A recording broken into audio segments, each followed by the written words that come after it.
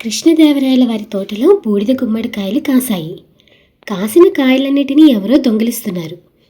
ఈ దొంగతనం సంగతి రాయలవారి దాకా వెళ్ళింది. బూడిద గుమ్మడికాయ దొంగ ఎవరు అనేది తెలుసుకోలేకపోయారు. తోటలో కాపలా కాస్తున్న వీరయ్య, మల్లయ్య, లింగయ్యల మీద అనుమానం వచ్చింది. వారిని నేరుగా రాయలవారి సంస్థానానికి తీసుకుని వెళ్లారు. అక్కడ వికట కవి తెనాలి రామకృష్ణుడు కూడా ఉన్నారు. రాయలవారు ఈ సమస్యను వికట కవికి అప్పచెప్పారు. రామకృష్ణుడు ముగ్గురిని పిలిచి మంత్రించి ఇచ్చానని చెప్పి ఒక్కొక్కరికి ఒక్కొక్క పుల్ల ఇచ్చాడు. ఎవరు దొంగతనం చేస్తే వారికిచ్చిన పుల్ల మరుసటి రోజుకు 1 అంగుళం పెరుగుతుందని చెప్పి మరునాడు జాగ్రత్తగా పుల్లలను తీసుకురమ్మని కూడా చెప్పాడు. ముగ్గురు ఇళ్లకు వెళ్లారు. దొంగతనం చేసిన మల్లయ్య తనకిచ్చిన పుల్ల ఎక్కడ పెరుగుతుందో అని భయపడి 1 అంగుళం తుంచాడు.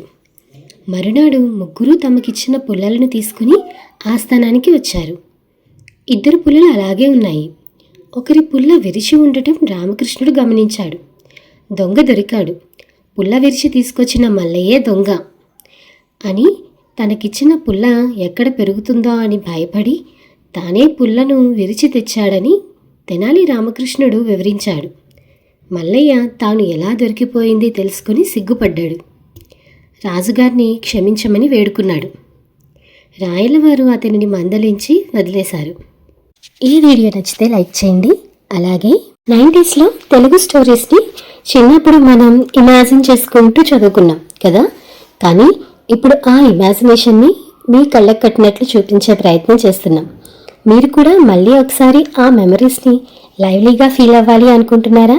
అలాగే మీ చైల్డ్హుడ్ స్టోరీస్ని మీ కిడ్స్తో కలిసి ఎంజాయ్ చేయాలనుకుంటున్నారా? అయితే ఖచ్చితంగా హ్యాపీ కిడ్ ఛానల్ని సబ్స్క్రైబ్ చేయాల్సిందే. Thank you for watching. Please do subscribe for more videos. Happy Kid!